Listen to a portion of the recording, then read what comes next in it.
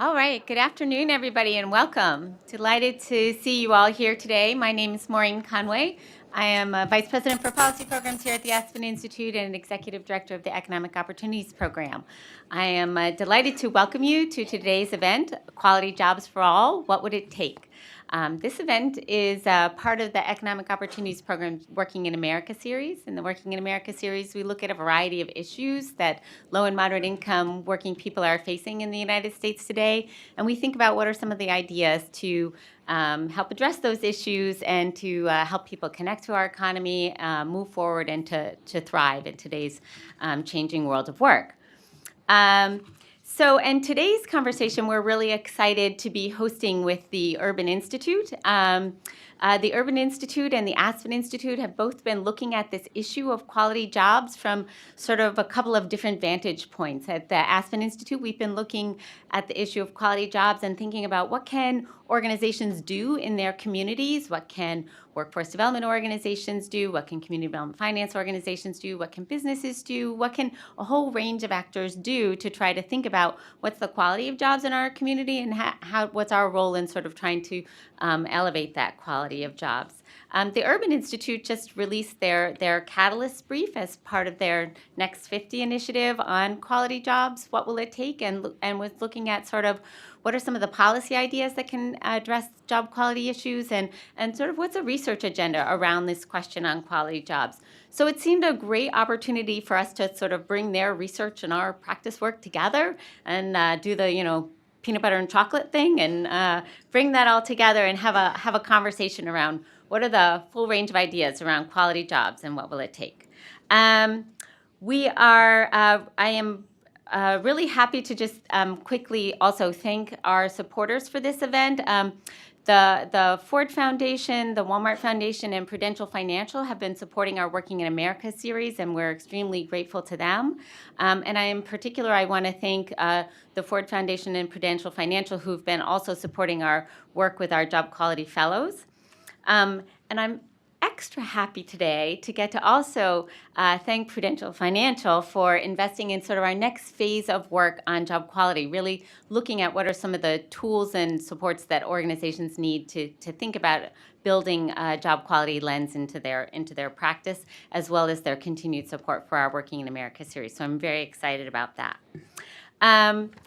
I briefly just want to make a couple of announcements. We are live streaming this event, and our hashtag for today is Talk Good Jobs. So I encourage you to use your phones to tweet things during this event, but I encourage you to also quiet your phones, please. And now I am very excited to be able to introduce Sarah Kay, who's Vice President for Corporate Social Responsibility at Prudential Financial, and she's going to offer a little bit of opening remarks on their perspective on this question of quality jobs for all. What will it take? So thank you, Sarah. Thank you, everyone, and thank you so much for joining us today. As Maureen said, I am with Prudential Financial, and so for some of you who may not know about our purpose story and how we were a purpose-driven enterprise even before that phrase got in vogue today, it was really about our founder, John Dryden, over 140 years ago. He saw a big social need in the community where he saw that people from working class families didn't have the financial means to bury their loved ones. And so our first product was burial insurance that provided working class families to have financial security and the same opportunity that anyone else did. And that purpose still remains core to our DNA of how do we ensure that everyone has the opportunity to achieve financial security. But we know that opportunity is decreasing every day. The wealth gap is increasing. And part of that is that part of the social safety net and the way that employers are providing jobs are lacking in terms of providing the right benefits, of making sure that there's health insurance, retirement, emergency savings products, college emergency assistance, and then in addition to the fact that many jobs today don't have the career advancement opportunities. And so we're really looking at the holistic picture of how do you make sure that, yes, people have jobs, people have the right skill sets, they're being connected to these jobs, but the jobs are also being provided with them with a pathway to integrity and dignity I think some of us, we in this room, we work for employers that provide us with a whole host of benefits and allow us professional learning opportunities. And how do we make sure that that's available to everybody so that there is a pathway to financial wellness? And so we've been very lucky to partner with Maureen and her Economic Opportunities Program to have 2 cohorts of job quality fellows. You'll meet a few of them today who've really been taking a deep look both within their businesses, companies, organizations, policies to really think about how do we make these shifts both in the labor market, with employers, with government officials, and really understanding what job quality means and how do we incentivize and encourage employers to go down that pathway. So I hope you'll learn a lot today and ask a lot of questions, and thank you again. Great. Thank you so much, Sarah. That was really terrific. I want to welcome our panelists to the stage now. And I will, you should have all of their, come on, up you go.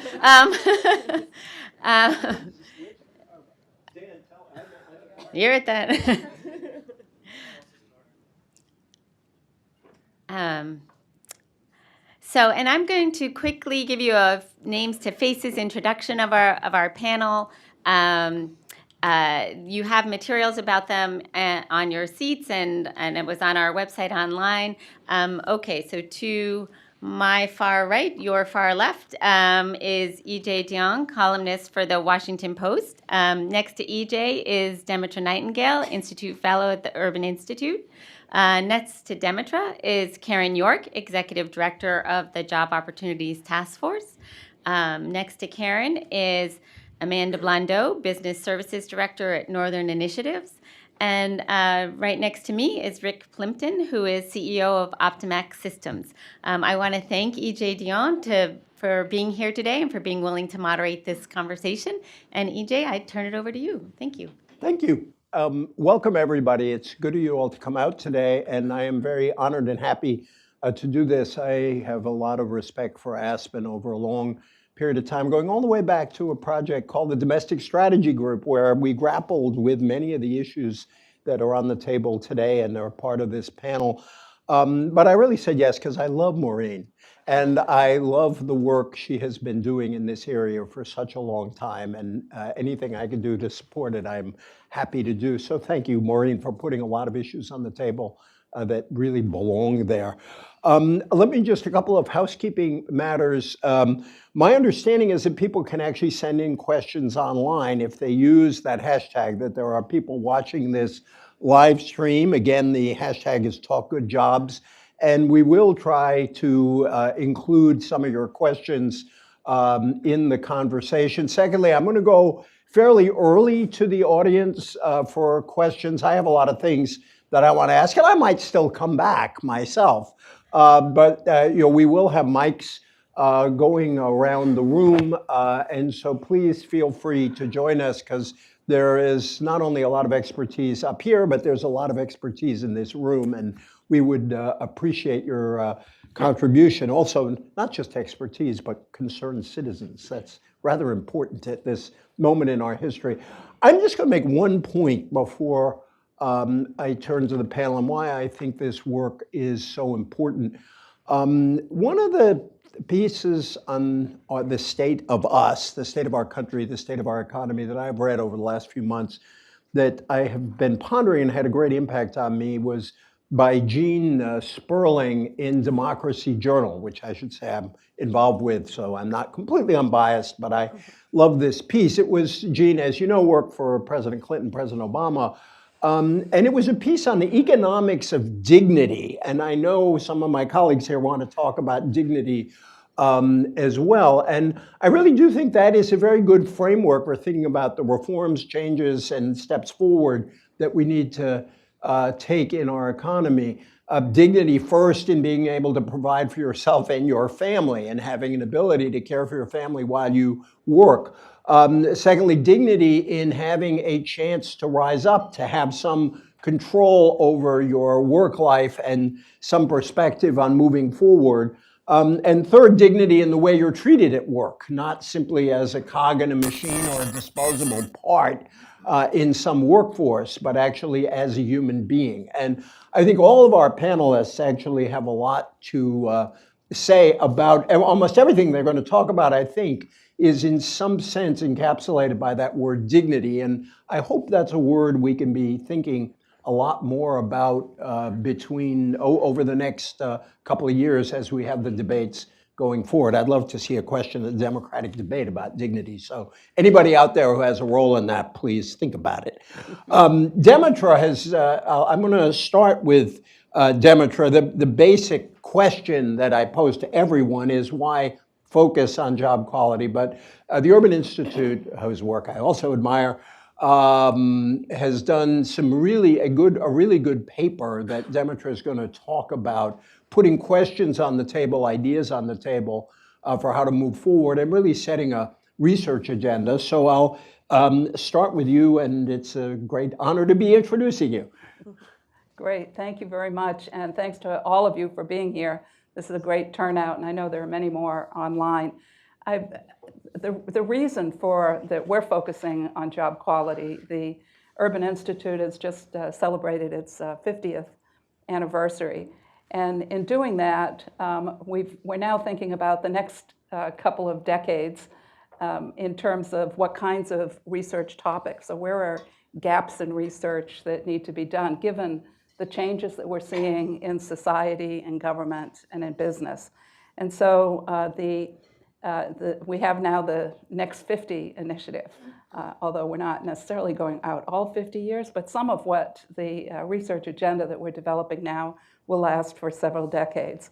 And we're fortunate the City Foundation has funded us for this part of our Next 50 initiative, and we're grateful for the support from the City Foundation. And so far there are 6 or 7 different papers that have been produced. The Quality Jobs is one of them, and one of my co-authors, Stephen Brown, is here today. Thank you, Stephen. The other 2 co-authors are Jenny Yang and Pam Loprest, who are probably listening right now.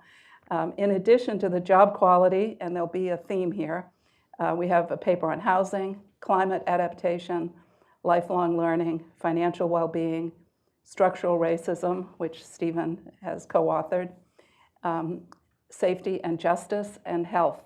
And if you think about it, quality jobs or good jobs sort of fits a little bit in each of the issues. So there's been a change in the nature of work and the arrangements between workers and employers, and the shift that we've seen is likely to continue. So for example, there's no longer the same kind of a relationship between employers and employees, as there are more contractors, there are more so-called gig workers, there's more franchising and contracting out that businesses have in what David Weil at Brandeis calls the fissured economy, with outsourcing and sort of mixed enterprises, mixed ownership of enterprises. And what that means is that the kinds of relationships that may have been the opportunity for good jobs in the past are changing themselves. And so there are fewer workers that have health and retirement than in the past through their work. We've made some progress in terms of portable health benefits, but we still need more progress even in that area. But in addition to that, good jobs also means retirement benefits, respect and engagement in the workplace, as EJ mentioned, opportunities to advance, and unemployment security that may not be security within one single job for a lifetime, but for employment security in the labor market and what exactly that means. And then again, to have the opportunity for lifelong learning and continuing to adapt and change as the demands in the labor market also change. So that's why we're focusing on job quality and trying to understand sort of what do we already know, what still needs to be known, and what kinds of research continue to be needed in the next couple of decades. Thank you very much. Karen, right? Or am I screwing that up with my New England accent, my back of, what? Just a little. Karen is better. Yes, thank you. Please. Good afternoon, and thank you, Maureen and the Aspen Institute, for having us here today. I knew this was going to happen. Of course, I take time to draft all these wonderful notes, and then I go after this celebrity, and then everything just goes out the door, and all of my thoughts are just like swirling around. But very thankful to the Urban Institute in the recent report. So I'm the executive director of the Job Opportunities Task Force, JOTF. It's a mouthful, so we like to use the acronym. And we're based in Baltimore City, but we're an independent statewide nonprofit. And our mission, very simply, is to help low-wage workers advance to high-wage jobs. And we seek to do that through the elimination of education and employment barriers to ensure that individuals have access to opportunities to increase their skills, their wages, and any job opportunities.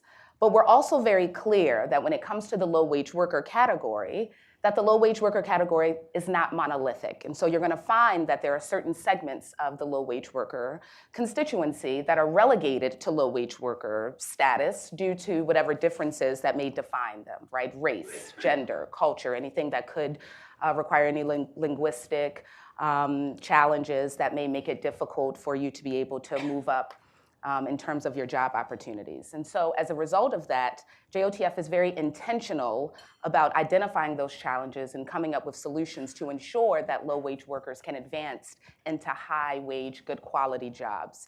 And so we have 3 strategies that we use to accomplish that program. We run a pre-apprenticeship construction training program, Project Jumpstart, of which I'll be able to talk about later, but we're training city residents where a significant number are coming in underemployed and lacking access to worker benefits and supports or just employment in general, and training them in construction trades, carpentry, electrical, and plumbing, and then moving them along the pathway to apprenticeship and then journeymanship and higher wages, of course. But training can't fix everything, and so the experiences of Project Jumpstart then inform and influence our policy agenda. And so our policy agenda, which is focused at both the state and the local level, runs the gamut. We're talking worker supports and benefits, right? Minimum wage increases, paid sick leave, family leave. We're talking about transportation, access to affordable, efficient transportation options. We're talking about affordable and accessible access to post-secondary education, right? Adult education, skills training, occupational licensing. Sometimes we don't like to couch occupational licensing within adult education, but it is, okay? The impacts of incarceration on working families, right? And the inability that many of those workers have to actually move up. A whole host of issues, unemployment insurance for new work labor entrants and the like, a whole host of issues that really focus on the challenges that are relegating individuals to low-wage worker status, and then what are the solutions that need to be identified and created and passed at either the state or the local level to advance this and to ensure that it's possible. And then our third strategy is research in public education, where we're collecting data, we're identifying best practices from other states and localities that really support this idea of moving low-wage workers to high-wage jobs.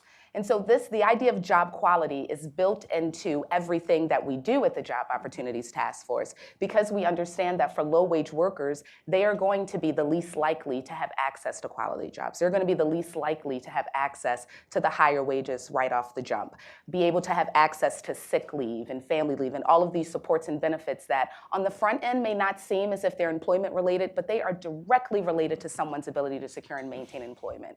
And me personally, I know it, I feel it, not just as executive director of the Job Opportunities Task Force, but as a young African-American female born and raised in Baltimore City, right? Currently, right now, I live in Southwest Baltimore.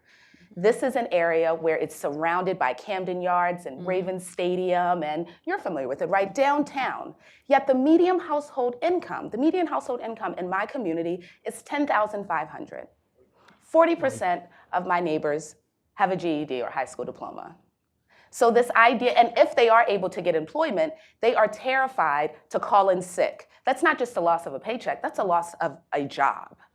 And so it's real out here for folks. It's real in the community in which I am living in. But it's also real for me as an employee of the Job Opportunities Task Force. I remember before I was executive director, I was director of policy. And it was during our 90-day session. I don't know why in Maryland they lump it all together in 90 days, where we only have 90 days to pass laws. And so, of course, you get super, super stressed. And I got hit with walking pneumonia and bronchitis at the same time. And so, of course, the doctor's, diagnosis is, this is what it is, you just need to lay for a month. The fact that my employer allowed me to just lay for a month and get better and then come back while still getting paid and being able to come back to a job, That is so important to a worker. That means you're gonna come back even more excited to produce and excited to invest. And that's exactly what I did. I came back from my illness getting on everyone's nerves because I was so excited to come back and give back. And so when it comes to job quality, for me personally, it is something that whenever we're talking about workforce development, whenever you're talking about moving a worker from point A to B to Z, you can't talk about just training or skill credentialing, or you can't even just simply talk about wages. You have to talk about opportunities, access for opportunities for advancement and mobility, fair hiring practices, worker supports and benefits. I mean, the list runs on and on and on, but job quality is how can we ensure that folks are going to have access to stability and security for themselves and for their families. Karen, I want to give you a warning because I want to ask you a question. I just had a fantasy here, which is I'd love a president, we won't name that president, to, unless you wanted to run for governor of Maryland where I vote, which I think would be great, but failing that, a president asks you to be Secretary of Labor. I'm going to come back and ask you this so you can think about it. Oh dear. I'd love to think, for you to think about, can you sort of think of 2, 3, 4 things that you really would want to change about federal policy out of the box if you had that opportunity? And the president you served said, you're going to run this, I'm going to take your ideas, what do I do? So keep that in your head while I go to the rest of the panel, Madam Secretary or Governor. Amanda works with small businesses. She is from, I learned, the Upper Peninsula of Michigan, and I don't know how many of you have been up there. I think the UP is one of the most interesting places in America. But with the kind of work she does is with employers who don't necessarily have scads of resources to do the sorts of things that everyone in this room would like employers to do with workers. So why don't you talk about that? It's really good of you to come today. Thank you. Yeah. And give my love to the UP. I will. Thank you very much. My name is Amanda Blondo. I'm the Director of Business Services at Northern Initiatives. We're a community development financial institution, and our main office is in Marquette, which is on the shores of Lake Superior. And we were originally started by Northern Michigan University because they saw that there was a lot of out-migration. So people were getting careers and they were leaving the area because there wasn't jobs. And so they started Northern Initiatives thinking about entrepreneurship is a path to quality jobs. And in 1992, we became a private nonprofit. And since then, we have helped over 1,000 businesses to create over 5,000 jobs. So it's still, these are small businesses. We're thinking about 5 jobs for these small businesses, but that's also a family that's able to stay in the area. And a reason why a lot of the people live in the Upper Peninsula and in Northern Michigan is because they love it there. They didn't move there because this job brought them to the area. Sometimes that's the case where one of the spouses got a job and then there's a trailing spouse, but it's really because they wanted to be in that community. And so entrepreneurship is this key way that they can create a quality job for themselves. Most of our territory is rural. We now are serving throughout Michigan and the border counties of Wisconsin. But what we do is we provide money and know-how to small businesses that are looking to start and grow in the communities. And so these are businesses that don't have access to traditional financing. They can't go to a bank. They've already been turned down by a bank. And they have this idea, they have this passion that they want to start a business. And so we provide them with financing. But then the other part is we couple that with knowledge. And so, as you're already hearing from the other panelists, it's really thinking about what are those supports that we can provide to the small business owners, to individuals, so that they can be successful.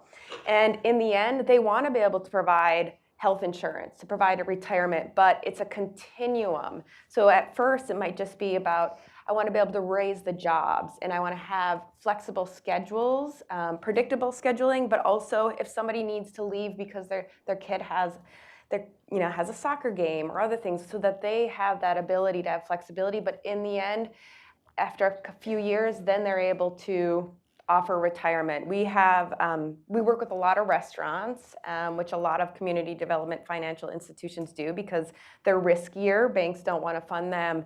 And we have a local restaurant, it's a Tex-Mex restaurant that has grown into 3 different locations over the last over 10 years. They now have retirement for their employees. They now have job advancement opportunities. They also have health benefits. And so it's become this place that people do not leave. They want to go there. They have pride in what they do.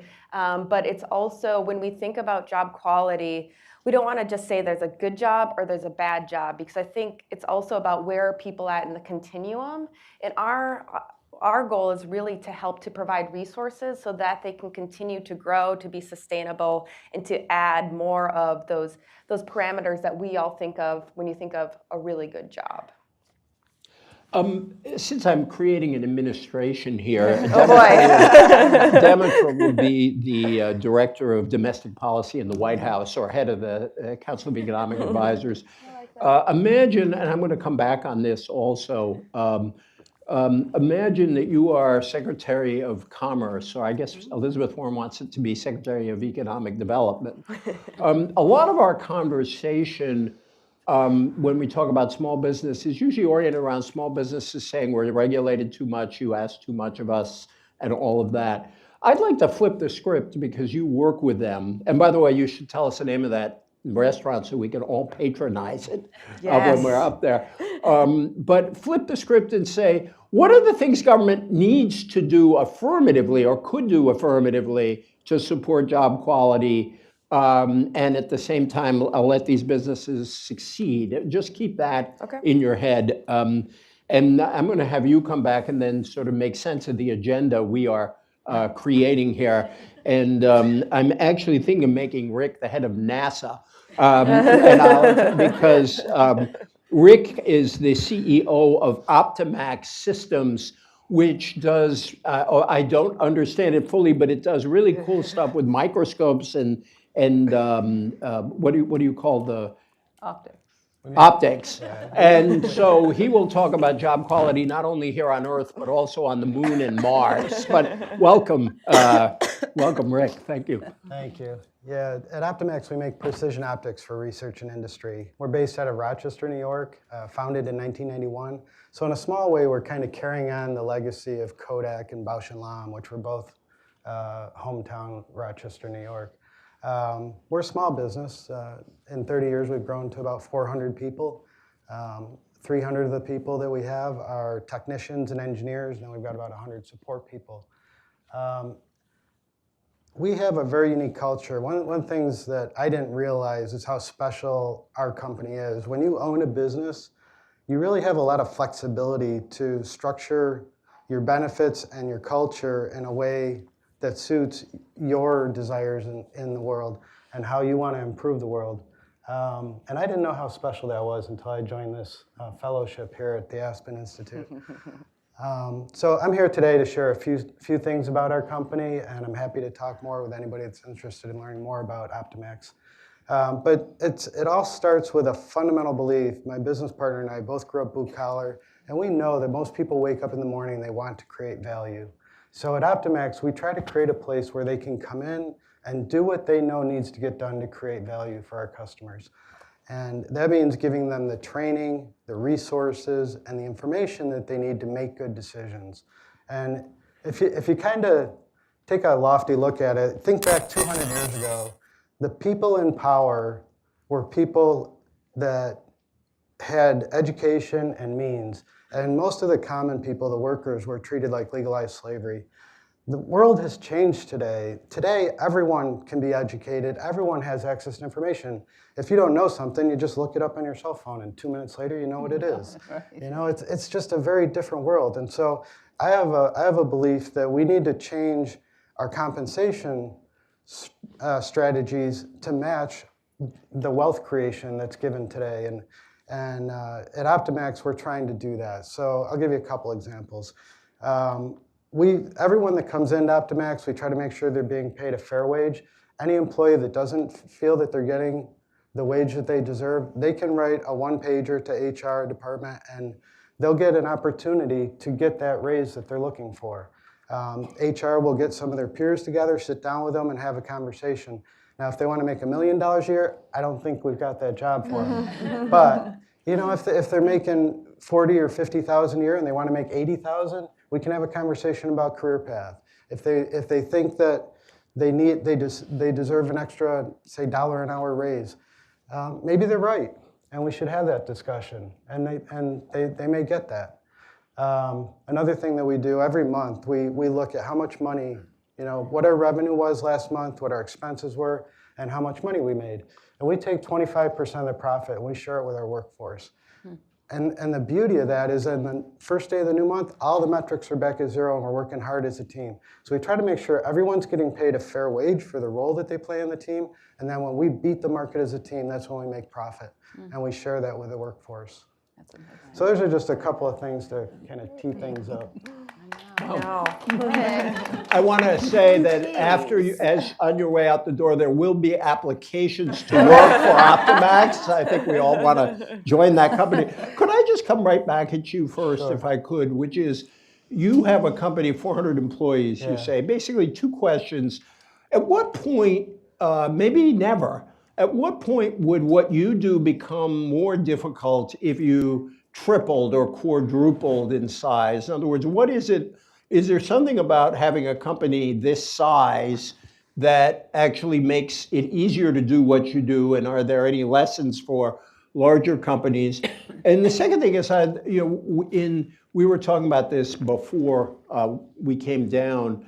There are obviously highly skilled workers whom other people can hire away from you, whom you really want to keep, and those kind of workers tend to be treated pretty well in the workforce. There are other workers with fewer formal skills, even though you're training them up, who are obviously don't have the same bargaining power out in the world. Could you talk about how those folks can get treated better in the economy? So there are two things: the size of your company and how that contributes to this culture, and the sort of the workers who don't have as many marketable skills going in. So let me take that in reverse order. Let's talk training first, or workforce development, and then I'll talk about as a company gets larger.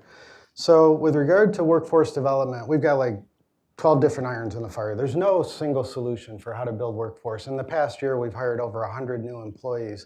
We average 20% revenue growth per year, and we're still on that path, which is really mind-boggling given how big we are now. But with regard to workforce development, we have a belief that if you train people appropriately, they'll be able to create higher value. So we offer $5,000 to each employee each year for higher education. So that's a tuition reimbursement. Many of our employees take advantage of that. We're doing an expansion right now that'll double the size of our facility, and we're looking at creating a synchronous learning room. So it'll have cameras and microphones like this room does. That'll be connected to a local community college. So our employees don't have to leave the building to take classes. That'll be a really nice perk. We also run a lot of, there's on-the-job training, of course. There's leadership training courses. We have a program we call Read to Lead, where we'll take a book and read it a few chapters at a time, get together as a group, and just process what the book is about. So the book's a way to tee up conversation and talk about how we can be more effective or work more or strengthen teams within the company. So there are many things that we're doing to help our company grow. I could talk for the next 15 minutes about our peer review process. We try to make sure every employee has a learning plan. So that it's each year they're getting stronger and stronger as an employee and growing as an individual and taking pride in their work.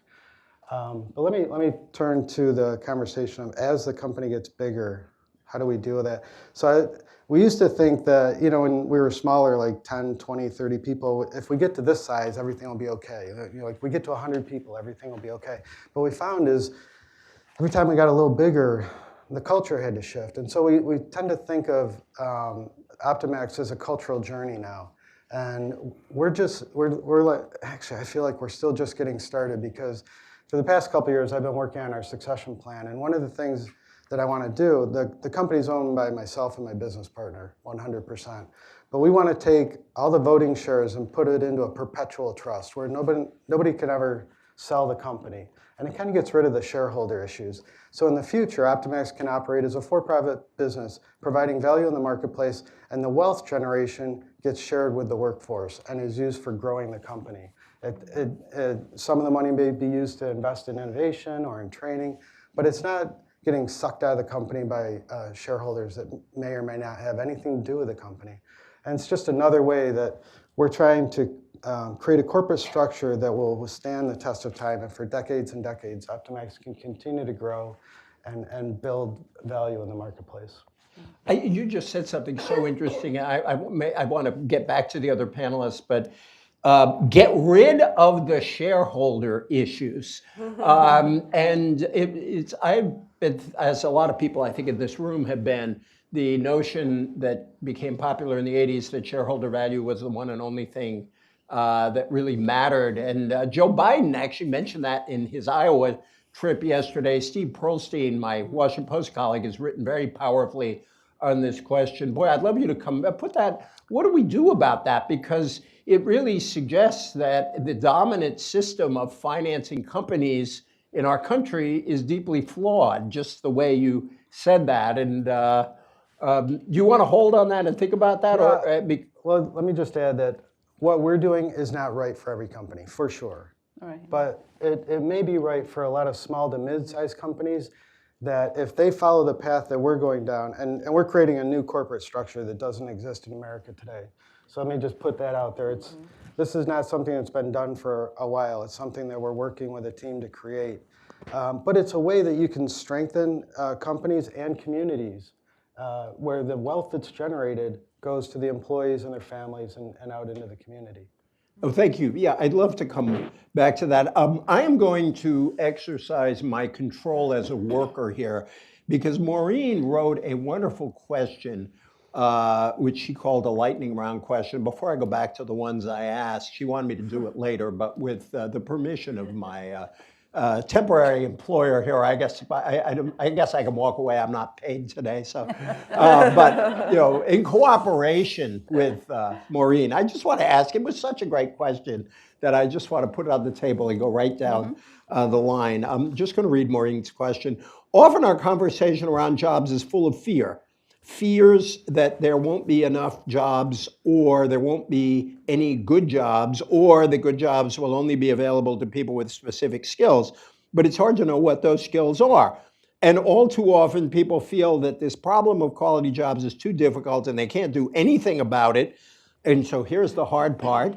What is one thing you would tell people, policymakers, community leaders, business leaders, that they can do to support quality jobs? May I start with you, since you've just written the report on this, the domestic policy chief in my notional administration? Okay, and I would add one group that's not in your list there, which would be the workers themselves. And that they, as well as government and businesses, also have a role to play, and the families of children and young people. And it's really to prepare for jobs, not only the jobs that exist today, but jobs that will exist in the future, and invest the time and money that is required to get the education and training, to have some optimism and hope that they will be able to do that. And most important, I think, is to commit, even those who have a college degree, it's not over. You have to commit to lifelong learning and retraining to be able to be flexible, nimble, and adapt to future changes. So I would add the workers themselves to that. And businesses and government need to be able to support that kind of hope and trajectory. Could I come back on that? We've all been thinking about this very issue and the need to train and retrain and all the rest. And I've thought a lot about the 2016 campaign. And I had this notion, and I grew up in a blue-collar town up in Massachusetts. Me too. Yeah. Oh, so That's why we get along. Yeah, exactly. When policy folks, progressives or middle of the road people go to a 50-year-old person And all these policy folks are college educated. They're probably overeducated. They've spent forever in school. They love school. And they go to a guy, and I use guy consciously, both for what's happening in politics, but also because the challenge to the disappearance of blue-collar work, I think, has hit guys in particular and created particular resentments among guys. But we could say women, too. And you go up to that person and say, at age 50, you made a bargain with the economy. You thought that if you worked hard, you would make enough money to support your family and have a decent retirement. And then bang, the job disappears. Mm-hmm.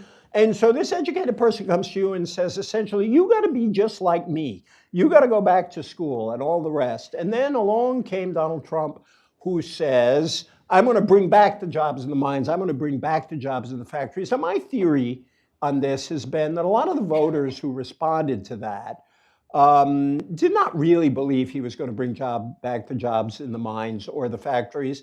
But the second sounds more respectful to that person of their own understanding of the situation they're in than the first. And we'll put aside arguments, other reasons Donald Trump won. I don't want to get into that today. That's not our purpose. But I've thought of that conversation and that I liked Rick Cordray, ran for governor of Ohio, had a formulation I liked a lot, even though it didn't help him get elected, where I thought it was more respectful. It was, you shouldn't have to go to college to join the middle class, which I at least felt was the beginning of some respect for the worldview of the person sitting there. I'm curious what your thoughts are on that, and then we'll turn to our Secretary of Labor or my future governor, whichever she picks. I think this is where Rick's comments and my thinking sort of come together, that we need to shift sort of the paradigm so that work itself is a continuous learning environment. And he talked about having a learning plan for each employee every year, which I'm assuming means from the lowest to the highest level person in the company. And that if it's a continuous part of the culture, it's not sort of a shock to the system that requires you to either stop a job and go back to school, but you're already adapted and developing the skills that you go along. So it is a paradigm shift in the workplace as well, to continuously provide opportunities for continuous learning and relearning. The theory of my question is partly that I think the argument that you just made, which is clearly right, I mean, there's no way we can get around that, sounds more sensible to a 30-year-old who is now acclimated to this world that we're in than it does to a 50-year-old who made a particular deal or thought they had a particular deal with the economy. But if that deal from the time they were 30 had incorporated continuous learning, there wouldn't be sort of an all of a sudden shock to their system, because they would already be adapting year by year. So it wouldn't be something new. That's a very good point. You'll do an excellent job in the White House. Please, the one, and then I asked you for a bit more of an agenda, so do the one, but then do the rest. Oh, I totally was going to flow into now that I'm Madam Secretary, and any board members that are watching, I expect to be Madam Secretary, according to Mr. Because he said it. He said it. So I mean, that's a very difficult question to answer, just one, and I struggled with it, right? Just one response, which is why I'm so happy we're going to connect it to me being Labor Secretary, so I could tie it to my 2 to 3, 4, so I got 5. Okay. I like it when people embrace my ideas. It doesn't always happen. So. Absolutely, absolutely. So of course, in listening and thinking about the question, it really takes me back to, what I mentioned earlier and kind of the driving force and the primary theme in our work. And it's this idea that, again, the worker, the student, not monolithic, right? So even when we talk about things like access to education, right? And Rick and I are in a fellowship. We're in the fellowship together, so we have these conversations all the time where, we may think that access to education is available for everyone, but it's not, right? Because there are certain constituencies that it's not so easy to access education. So one of the things that if I were, what am I, Secretary of Labor, Governor? I'm going to go with Secretary of Labor yeah, right that's now. Good. Okay. So if I were Secretary of Labor, one of the things that were two of the things that I would push that focus kind of on the education and access to affordable education. Is, of course, investing more in adult education and skills training and the like, but we cannot focus solely on things like apprenticeships, and of course my other piece is pre-apprenticeships, right? We're hearing a lot about apprenticeships, but we're not talking about that piece that's needed to actually facilitate someone's success while in the apprenticeship. We also have to talk about college affordability, and I'm not just talking about four-year colleges. Ladies and gentlemen, some people cannot afford to access community college. Right? And so if we are highlighting community colleges as the way for you to be able to obtain additional credentialing and licensing opportunities, yet it's about $400 to $500 for a 3 to 4 credit class, and you don't have it because you need that to access higher wages, but you don't have those wages yet, then that educational opportunity is actually inaccessible to you. And so we have to start thinking more creatively and intentionally about how we are ensuring that post-secondary educational opportunities are affordable and accessible to workers, right? Because the worker and the student, all over the place now, right? We're talking about justice-involved individuals, first generation. We're talking about individuals aging out of foster care, like all of these different constituencies that, have different challenges that's going to impact their ability to access all of these many things. A big piece of my work is eliminating educational and employment barriers for formerly incarcerated individuals, right? They're coming home if they were not sentenced to life. And so how can we ensure that they're put on a pathway to good jobs? So these are things like ensuring access to Pell Grants while behind the fence. Ban the box on college applications, right? We're totally okay with educating folks behind the fence, but when they come out, it's like, wait, you want to go to college? That's what we want to do around here? Occupational licensing, again, the majority of jobs nowadays require some type of professional license. But in Maryland, we have the most burdensome, restrictive criteria in the nation. And if you need that in order to be able to access these jobs, you were in jail 15 years, you were the jailhouse barber, now you get out and you can't get a cosmetology license, right? That's impacting your economic livelihood. Public assistance, right? Federal policies that jeopardize someone's ability to access public assistance because of a drug conviction. This is directly tied to the 1996 Welfare Reform Act, right? Where if you were found guilty of possession of drugs and it was, a felony, then you were ineligible to receive food stamps and temporary cash assistance, all of these things that are needed to facilitate you getting back on your feet upon reentry. And who can forget paid leave and sick leave and family leave? No one knows when they're going to get sick, right? And you don't know how long you're going to get sick for. But your paycheck or your job security should not be jeopardized by something that's going to happen to anyone. And so when we think about job quality and all the things that need to happen, there's a ton that needs to happen at the federal level, of course, but a lot of the action is happening at the state and local level. And I know I'll talk about this later, but I would love to, just talk about how even at the state and local level, you're seeing a lot of the contention around job quality. And it's not just with the Republicans, ladies and gentlemen. A lot of times you're spending time trying to convince moderate Democrats of why they should support things like paid sick leave. It took 6 years to pass paid sick leave in Maryland, blue Maryland, which is really purple, right? And so how can we start talking about things like leave, supports, and benefits? Because when it comes down to job quality, you can't talk about job quality without talking about access, because certain folks are only going to be able to access certain jobs because of who they are or what they look like or where they were born. I was shooting too low. Thank you, President York. That was awesome. Amanda, I wanted to sort of link the one thing question with my other question about,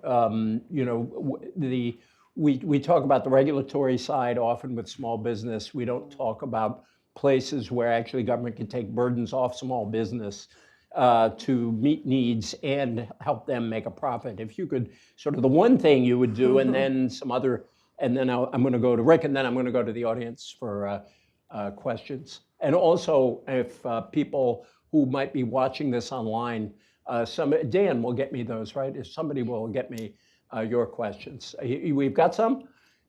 No, okay, good. All right. It is always hard to think about the one.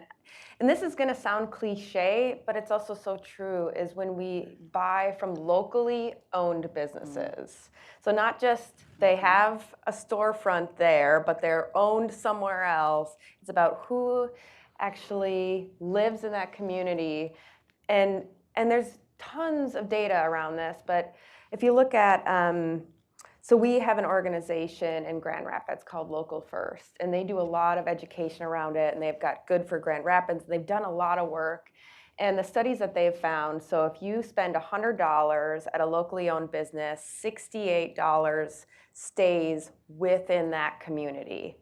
If you spend $100 at a non-locally owned business, $43. So yes, they're still in that community, they're still providing jobs, but it goes even deeper to be able to make sure that we have a stronger community. And then also, if they are making more money, they can provide more benefits to their employees too. So that's, I know we say buy local, but when you really think about buying local, do you know that owner? Does that owner live in that community? And those are the jobs too that, so in the Great Recession, Northern Initiatives, we were working with a lot of small businesses that were really affected, but they held on to their employees and their bottom line was affected from that, but it's because they cared about their communities. So just wanted to drive that point down. A lot of, the things that I think about is what Karen's had brought up as well, and the other, and Demetra too, and just thinking about education. And so the community that I grew up in is a very small town. We're a K through 12 school, and it's primarily mining jobs. And everybody went to the mines. You graduated, you went to the mines. But that's obviously had a lot of volatility. There still is a lot of mining jobs. It's shifted now to logging, natural resources, and we've continued to diversify by allowing this opportunity for entrepreneurship. And so when we had the recession, they said, well, just go to school for a year. It's free schooling, which is great because we want to have free schooling. But there's also the needs of having to be able to bring money home to have, food on the table, to be able to pay your bills was also something that we really needed to think about. So it's about how do we get a little bit more creative about providing education where people need it and what fits their lives too.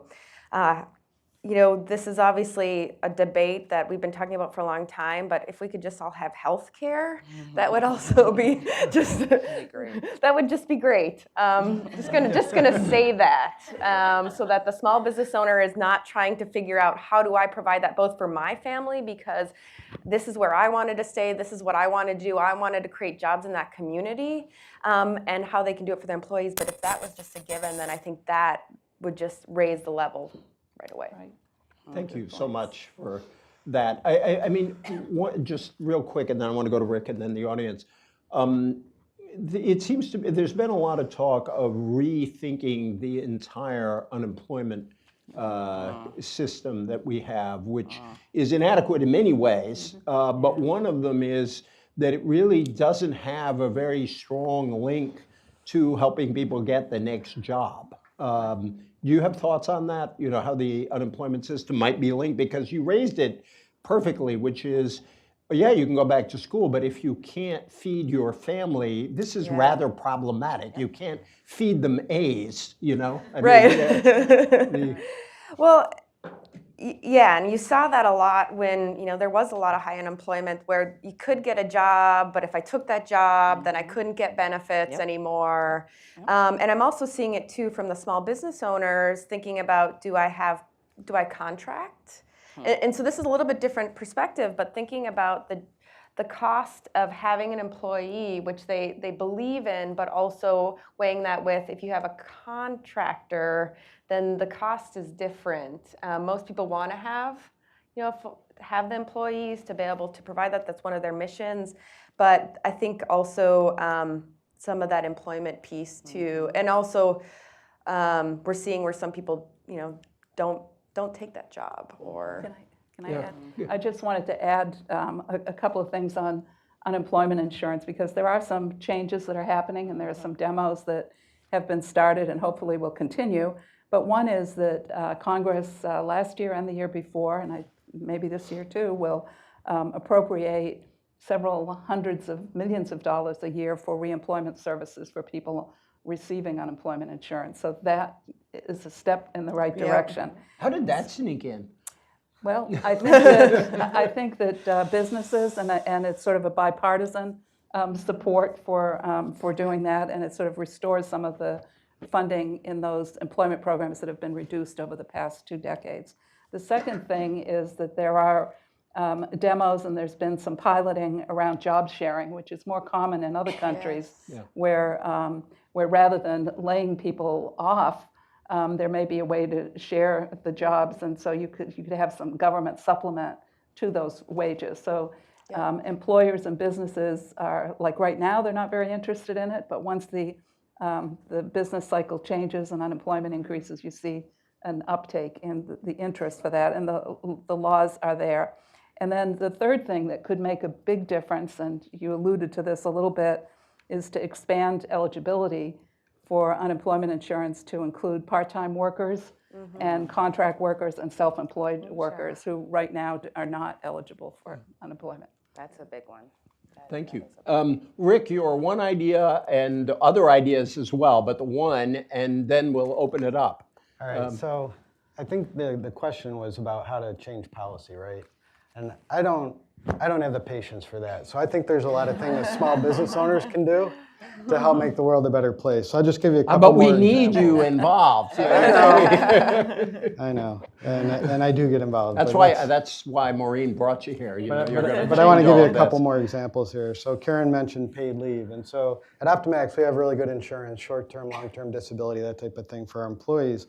But we created a policy where if an employee has a parent that they need to take time off to help a parent or a sick child, other employees can donate personal time off to that employee so that they can, take an extended time away from work and not miss out on their paycheck. Some of the other things we do, we have a wellness program that's really good, and that's been like raising the bar in terms of, it's about 2 years old now, and it's been raising the bar in terms of supporting our employees and make sure they have a healthy lifestyle. At work, we give out free health food like yogurt and fruit and granola bars, so people, can grab a snack if they're getting hungry and they don't have to miss out on good nutrition. And here's a policy we came up with a few years ago that I really like. Many workers, as they get on in their career, their wages kind of plateau. And so if they've been with us 20 or 25 years, they're in that phase of life where their wages aren't increasing very much. Maybe they're still learning, but for sure they're a core member of the team and they're providing great value every day. And so we created a policy where at their 25th anniversary, we give them a block of phantom stock options. And the idea is it's a way to reinvigorate them to make sure that they're leveraging their expertise and their know-how with the younger people and mentoring people to grow the company. And to the extent that we can grow company, these phantom stocks mature in 5 years. To the extent that we can grow corporate value over the next 5 years, they get an additional reward. And I think it's a really beautiful way to help older employees make sure they're really engaged every day at work. So this president can urge you to become the CEO of 100 companies in Yes. America when she is president. I said to Maureen I wanted to give her the first question, so I will. If let's bring the mic to you, and then maybe we can go online, and then we'll go here. Well, I guess the question that this has been, so thank you all. I am unsurprised that this has been a fabulous conversation because I love talking with all of you. And the thing I keep reflecting on as we think about this is sort of, we're kind of talking with Rick about sort of what he does in his company, and we're kind of talking about what policies could be. And I'm trying to think about how do we think about these things together, right? Like, so as you think about, how should we be sort of describing what's the public-private role in sort of helping people have sort of basic economic stability? A lot of our policies, we say we want to encourage people to work, and we do, but work isn't working for everybody. And how do we think about that? So I'm thinking about people in Karen's neighborhood who are only making $10,400. So all those things that we want them to do in terms of advancing their education and taking care of their families, they just can't do it, right? So it's not only them who are not set up for success, but it's their kids who are not set up for success. It's their communities who aren't set up for success because the tax base doesn't support decent schools in those communities.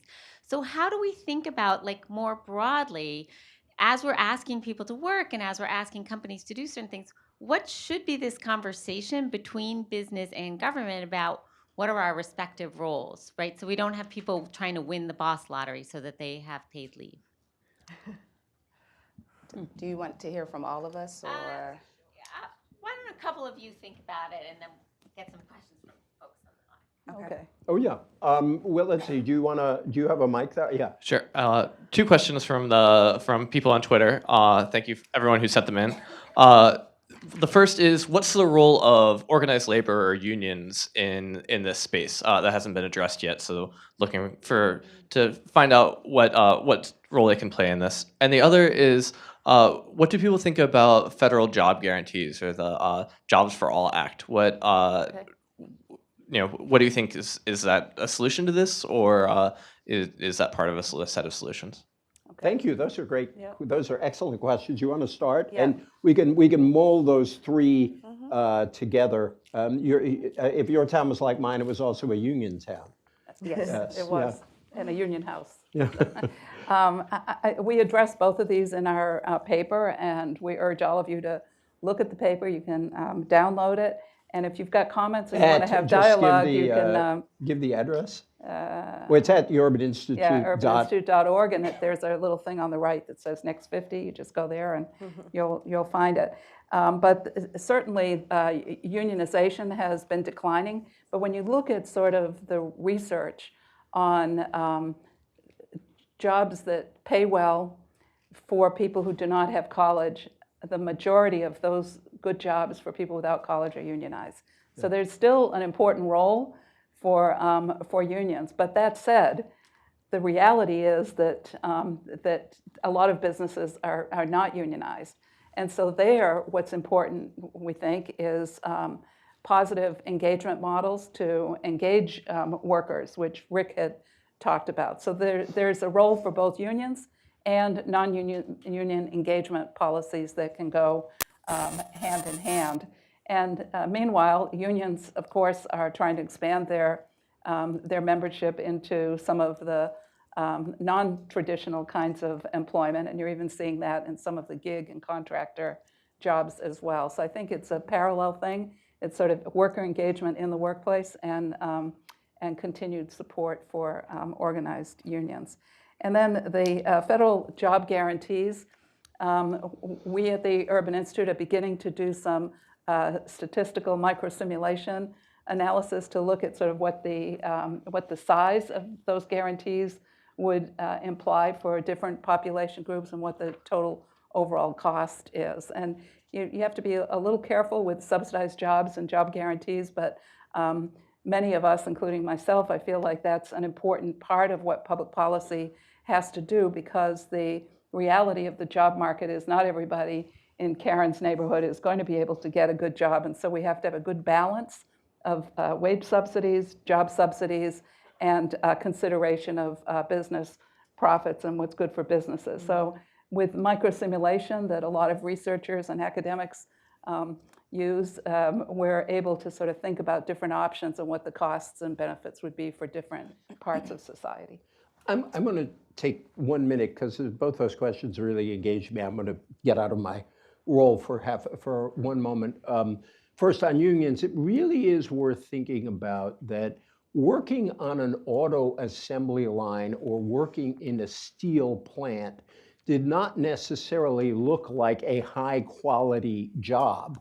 But with unionization, that job suddenly became one of the most desirable jobs because you got pay, benefits, healthcare, often job training, other things that went with being a union member. And so the question is, in a lot of service jobs, which are not necessarily obviously quotes, good jobs, can become good jobs. Right. And if you don't do it through unions, how else would you do it? And on the job guarantee, the Center for American Progress had a very interesting approach to this that focused on starting in, and you could define this in different ways, but they had a measure of economic distress, and to take the 10% of the counties in the country, county may not be the ideal unit, they talk about that, but 10% of the counties or metros in the country that are at the bottom, and focus on trying it in those places as a way to begin, which, among other things, could be a way to direct public investment and cash into areas sitting at the bottom of the economy. I just thought that was one of the more interesting iterations I have seen of the job guarantee. Yeah, idea. there are many complexities Yeah, to the which they job acknowledge. guarantee approach, including making sure that the wages that are set do not suppress the wages in the private sector or suppress employment in the private sector. So it's a real balance, and the more that labor policies and labor standards can be modernized to reflect the real world, then you may not need as many of the job guarantees if we improve some other aspects of public policy. Anyone want to take Maureen's question or these other questions, and then I want to get I want to take both questions. Oh, Yeah. all right. Could I do this? Could you guys hold for a sec? I want to just get somebody in the audience, and I'll go to you first when we get back. Go ahead, Madam President.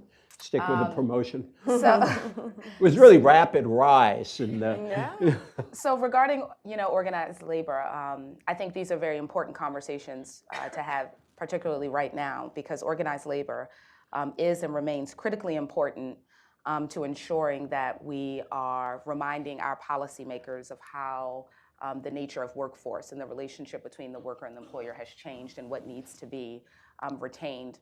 But of equal importance, I think that we also need to have some real conversations with whether or not organized labor is really meeting the needs of all workers. And I think there is still some work that needs to be done, right?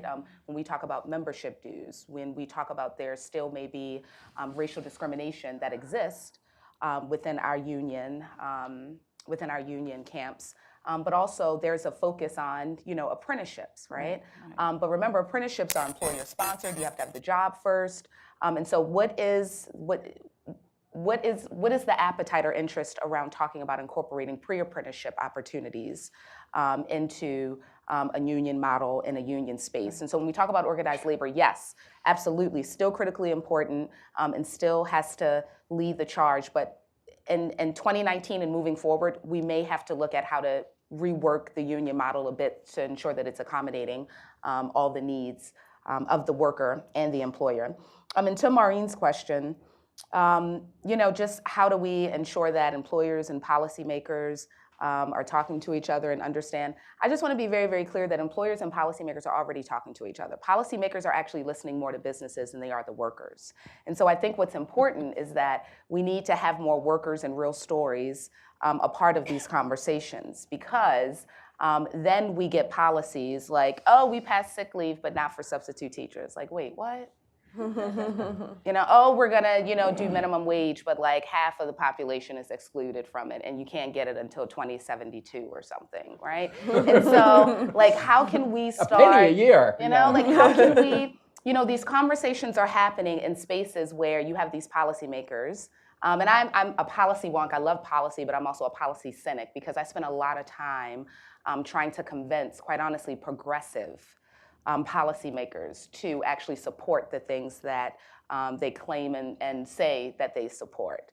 And many times it's because, yes, we have to partner with businesses. Businesses have to be in the room when we're talking about workforce development and aligning it with economic development. Absolutely important. Critically important to JOTF's work, right? I need you to hire low-wage workers, right? And I need you to advance them to high-wage jobs. But in order for you to do that, we have to engage so that I understand where you're coming from and you understand where I'm coming from, so that the solutions will ensure that you can maintain your bottom line, you can increase your profitability, but also the workers have access to good jobs that allow them opportunities for advancement. And then the policymakers end up looking good because they were just there in the background and they just introduced the bill and they're like, look, everybody's getting along, everyone's great.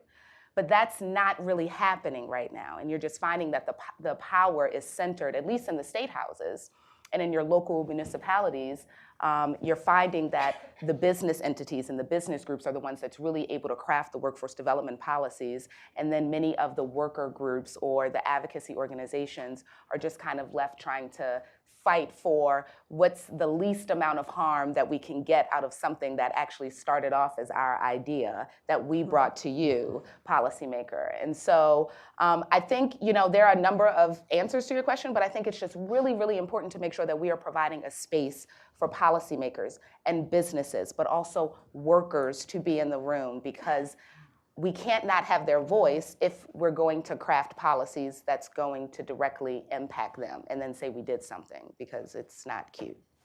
Thank you. I want to bring you guys in on this next round. Let's take like 2 or 3 questions. We got the lady in the back right there, and then these 2 folks over here, and then I'll go to the other side of the room after. Please.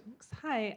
Several of you mentioned that there are things happening at the state and local level as well. And I was wondering if any of you had an example of where a state and local policy is working for job retraining or for continuing adult education. Oh, that's a great question. Hang on. This gentleman over here, and then that gentleman. Thank you so much for the panel for coming. There's just some amazing ideas here. 2 quick questions. What is the role of artificial intelligence, automation, and human rights in the future of labor? And in terms of innovation and economic growth, what can we learn from other nations outside of the United States, maybe in different points in history where they were successful? And what can we learn from the international sphere and international history? Well, you should teach a seminar. Those are such good questions. Thank you. Maybe you do. Sorry. Hi. I operate at the intersection of green jobs and climate policy over the past decade. And I'm involved with an organization, a green jobs training organization, veteran found, that specializes in training for workers around wind, solar, weatherization, energy auditing, LEED, the Green Building Standard, on up to corporate sustainability. And back 10 years ago, when we were really coming up, what helped catapult that industry all around, not just us, was the ARA, the American Recovery and Reinvestment Act, right, under the Obama administration. And there was a lot of funding for that, let's be honest, that helped, right? Absent that kind of policy, do you see any sort of push within worker retraining or just worker training around green jobs training, absent a federal plop of money? I'd love to hear your perspective on that.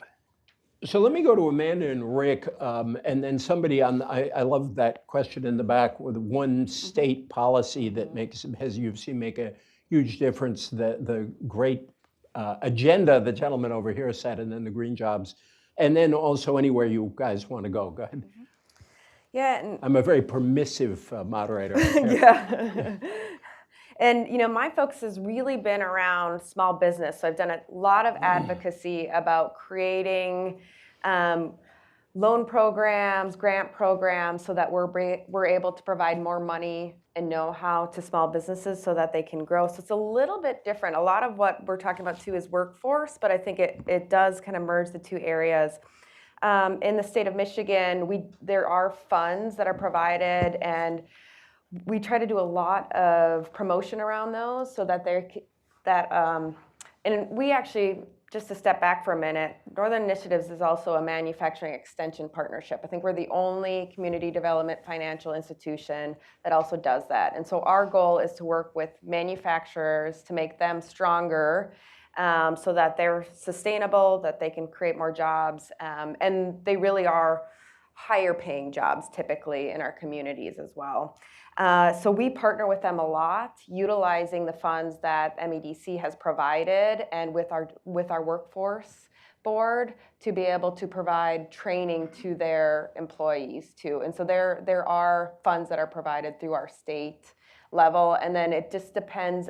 We've actually had some success with local community foundations that are wanting to invest in their area, and so they've been helping to support what we've been doing so that we can get more small business startups, and we can help more small businesses to start and grow and create jobs. And so we have a really concerted effort. So it's not just state and local, but there's also, I'm finding these private foundations and community foundations that are getting involved. And so we actually have a concerted effort right now in Calhoun County, which is Battle Creek, Michigan, and the home of Kellogg, where we've pulled together all of the resources. And this is what I'm really excited for is it's the Chamber of Commerce, it's the EDC, it's the workforce, it's local nonprofits. Everybody has come together to think about how do we revitalize this community and make this a place where everybody wants to come and visit, they want to work, they want to live downtown.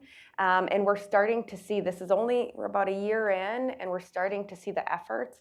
But what I want to just kind of why I'm saying these examples is we want to look at what we can do on the federal, state, local level, but then also look at what are the other players that are willing to support that work in our communities too.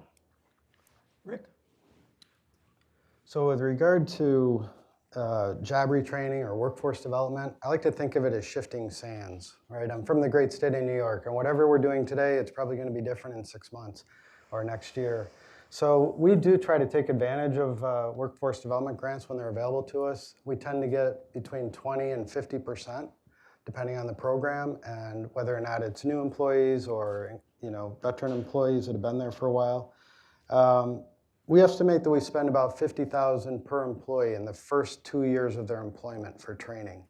So it's really important to us if they make it through that first 2 years, we want to make sure they're really, they're in a role where they can be successful. For our employees that are with us 2 years and longer, our attrition is less than 5%. We have a 95% retention rate at Optimax. So it's an investment in workforce that pays off. And with the type of work that we do, we have highly skilled technicians and engineers. So you can't go out on the street and find people that know how to make precision optics the way we do. Even in a town like Rochester, we have to train everyone we hire. And one other thing I was going to mention too, when we think about advancing technology, and people start to think, oh, that's going to replace our workers. Our manufacturers they want people, and yes, it's a higher skill, but what they're doing, we actually have, there's manufacturing day. There's a day for everything. There's ice cream day, but on manufacturing day, we actually bring together local high schoolers, and they're able to tour a manufacturing facility, learn about that, so that they can start to think about what are some of those other opportunities. You don't have to go for a 4-year degree. You can actually go through a skills training and get a really good job. And it's been really this partnership between those privately owned businesses, the local communities, as well as our local universities. And we've seen success. It just takes time. And I think continued support for those efforts to think about how do we train people, because we're going to need the jobs. They just change. Anybody, you want to real quick? Let's see, we're up. Can you hold? Yes. And then what I'd like to do is get a few questions on this side of the room. I saw some hands. Oh, Lord. Questions are important. How quite, you can all ask 30-second questions, and then we'll see what we do.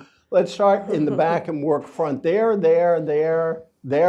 And if you can be real quick, and maybe we can be indulged 5 minutes extra or something, just to get you all in.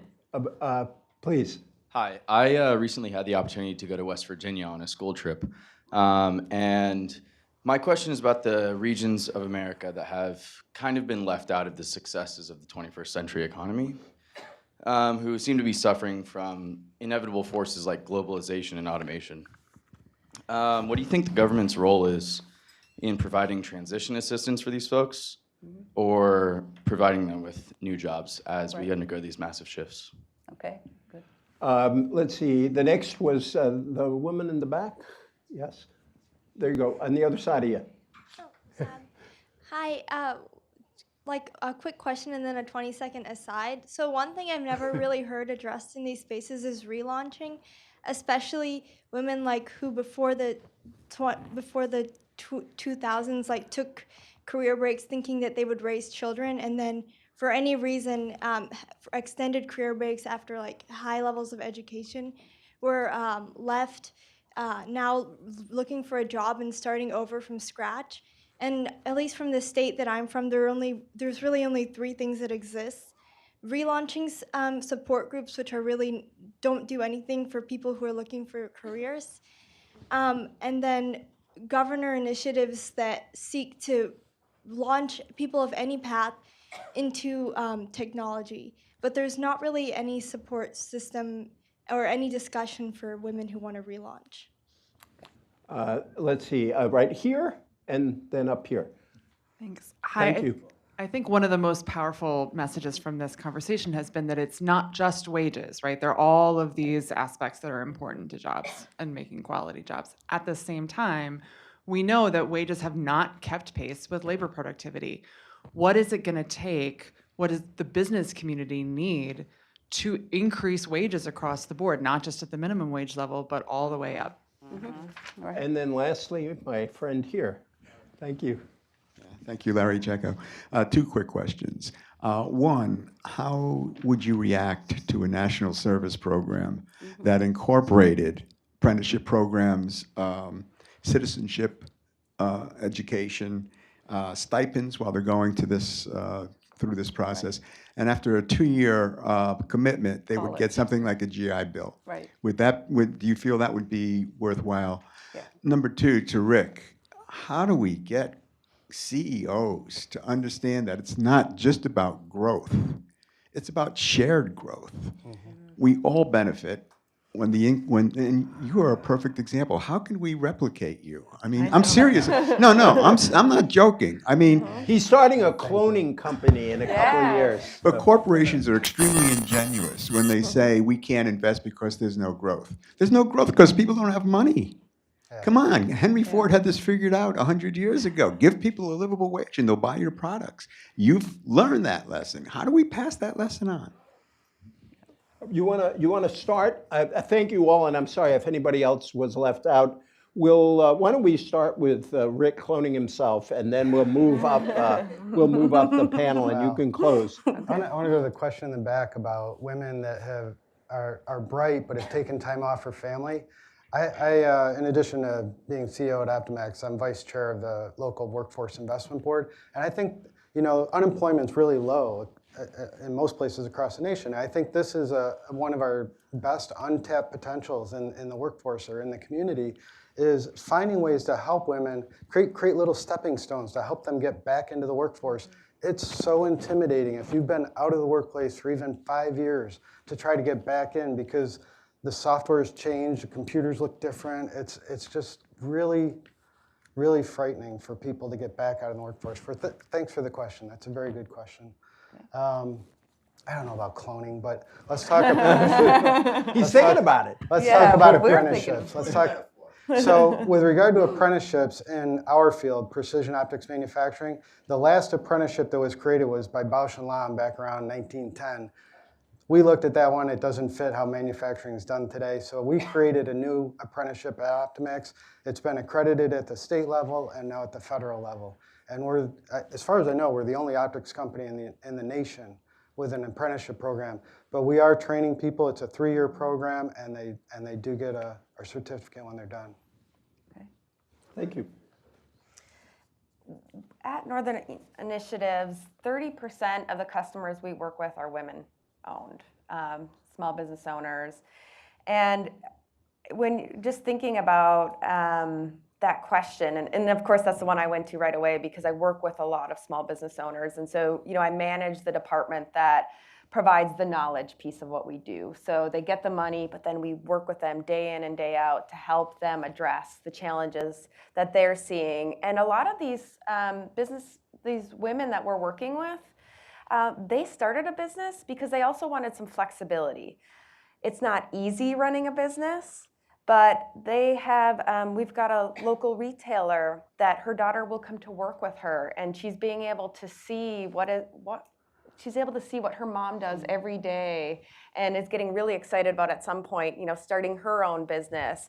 And so we're seeing that and we're supporting them. So entrepreneurship is always one path. It's not the path. And I think when you think about like the question about apprenticeship, I think that would be great, but as you're hearing from all of us, we need a whole toolkit of resources. There's not just the one answer, and we all come at it from a different lens, and it's about how do we bring those tools together so that they work together. Because I find in these communities, there's a lot of different efforts. And so I think my call to action is about, let's look at what is happening. What are the different efforts that are happening in our communities to support women, to support people that are re-entering or that are undertrained, and how do we all work together so that we have that cohesive benefit?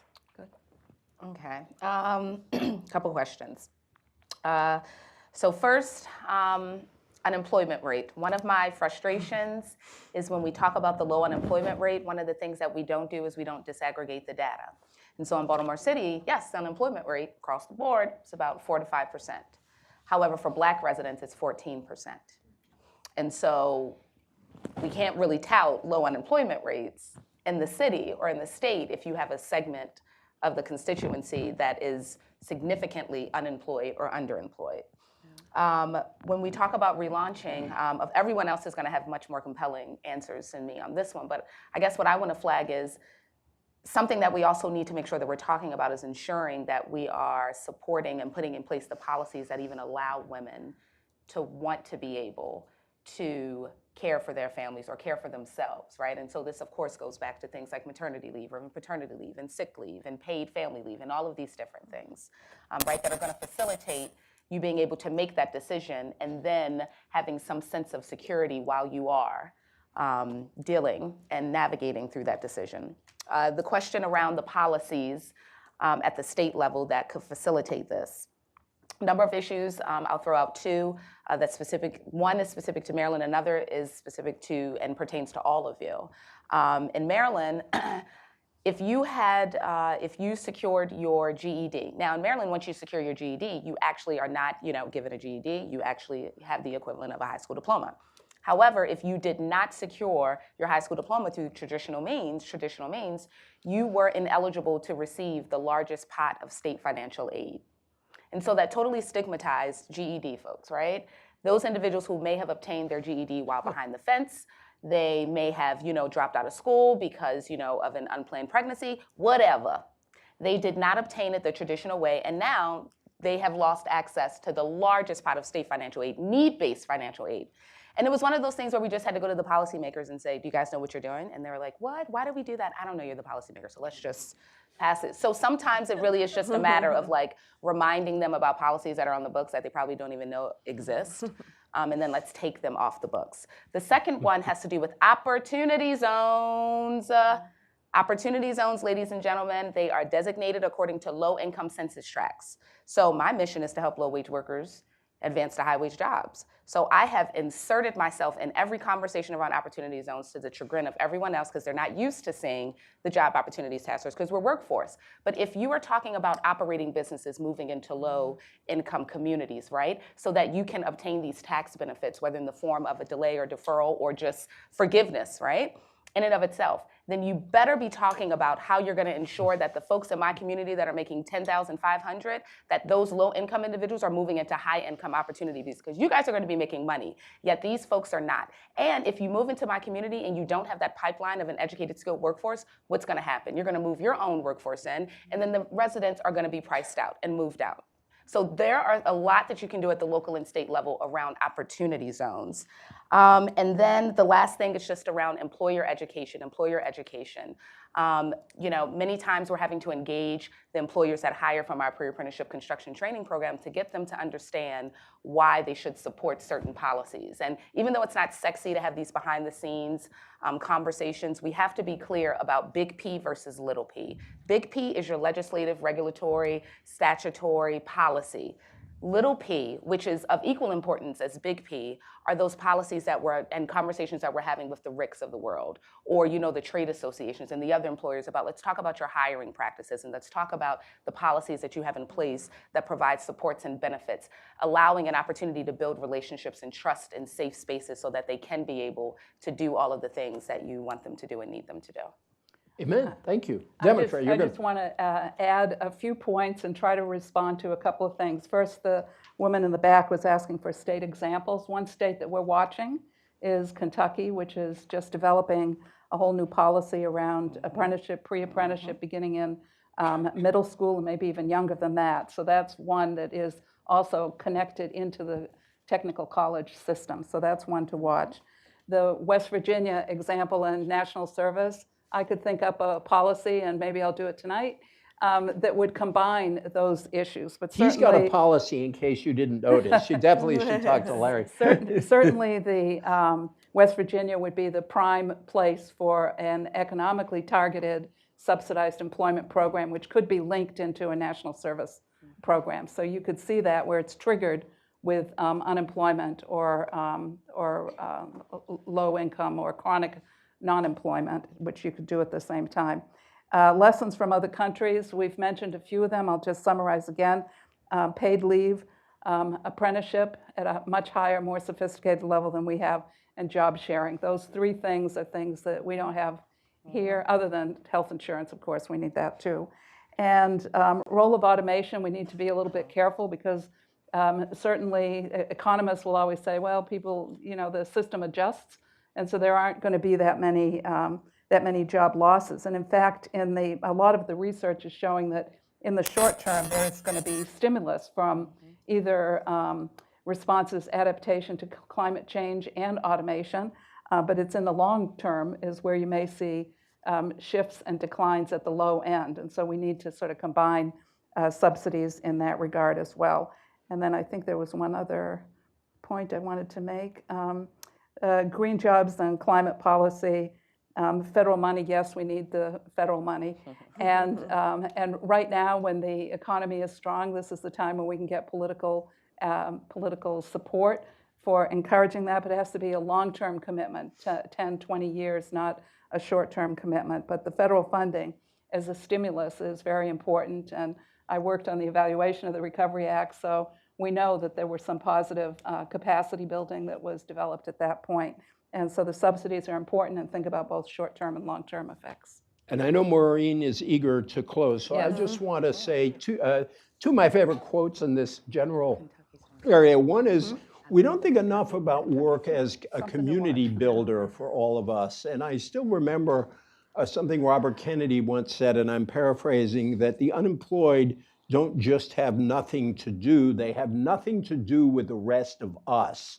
And I think it's very important to think about how participation in the workforce builds bonds between us, and we don't think about that enough. The other is Pope Francis said that we shouldn't think of work as just doing something. It's a mission through which we cultivate and preserve creation. And he wasn't just arguing for green jobs, although that would actually work. But I like the idea of work as a mission. So work is about productivity, yes, but it's also about creativity, and it's also about our everyday lives. And that's why I love what Maureen is doing. And I want to thank this awesome panel. And Rick, we're all going to go work for you. Yeah. A big thanks to all of you for sticking with us. Job quality obviously is a big topic, lots of extra things to talk about. So we'll be back with more in our Working in America series to unpack this a little further. Thank you all so much for coming.